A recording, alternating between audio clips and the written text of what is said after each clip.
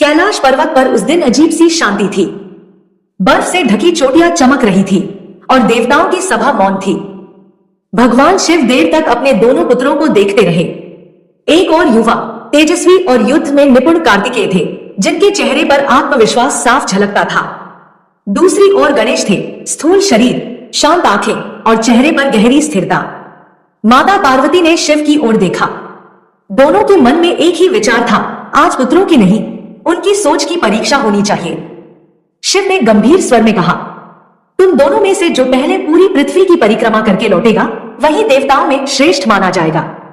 कार्तिकेय के मन में कोई दुविधा नहीं थी। वे जानते थे कि उनकी गति, उनका मयूर और उनका तेज सब उनके साथ है। बिना एक क्षण गवाए वे मयूर पर सवार हुए और आकाश में उड़ चले।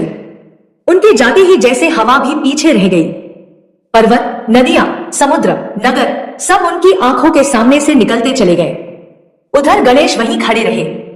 उन्होंने न तो मूषक की ओर देखा, न आकाश की ओर। वे जानते थे कि यह प्रतियोगिता उनके शरीर के बस की नहीं है। कुछ पल उन्होंने आंखें बंद की, मन शांत किया और फिर उनका ध्यान अपने माता पिता पर टिक गया। उनके चेहरे पर हल्की मुस्कान आई, जैसे उत्तर मिल गया हो। गणेश ने शिव और पार्वती को आदरपूर्वक एक ऊंचे आसन पर बैठाया। फिर दोनों हाथ जोड़कर धीरे धीरे उनकी परिक्रमा शुरू की। पहली परिक्रमा में उनके मन में कृतज्ञता थी, दूसरी में श्रद्धा, तीसरी में समर्पण, चौथी, पांचवी और छठी परिक्रमा में उनका मन और भी शांत होता गया। सातवीं परिक्रमा तक पहुंचते पहुंचते उनके लिए कुछ भी शेष नहीं बचा सिवाय विश्वास के। समय बीतता गया। उधर कार्तिकेय पृथ्वी की परिक्रमा करते रहे। वे तेज थे, पर रास्ता लंबा था। हर दिशा, हर लोक, हर सीमा को पार करते हुए वे अंततः कैलाश लौटे। थकान उनके चेहरे पर थी, पर आंखों में विजय का गर्व था। लेकिन जैसे ही उन्होंने सभा में कदम रखा, वे ठिठक गए। गणेश पहले से वहां बैठे थे, शांत, स्थिर, बिना किसी थकान के। कार्तिकेय का स्वर कठोर हो गया, यह कैसे संभव है? तुम तो गए ही नहीं।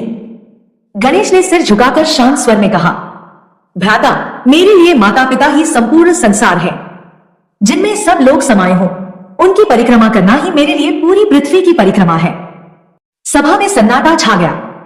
भगवान शिव की आंखों में प्रसन्नता चमक उठी। माता पार्वती का हृदय भर आया। उन्होंने समझ लिया कि आज जीत गति की नहीं, दृष्टि की हुई है।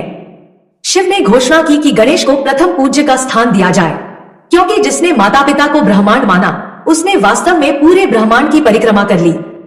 देवताओं ने पुष्पवर्षा की और कार्तिकेय भी उस सत्य को समझ गए जिसे बुद्धि बिना दौड़े जान